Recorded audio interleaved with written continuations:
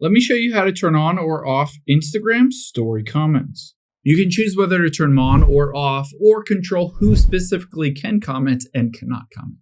Now, first just open up the Instagram app on your iPhone or Android.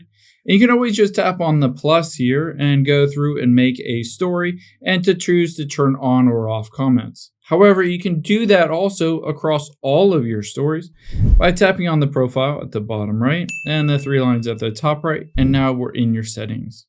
Now, within your settings, you can go through it a couple different ways, but the easiest way is to just scroll down and find the comment section, tap on that, and then tap on stories.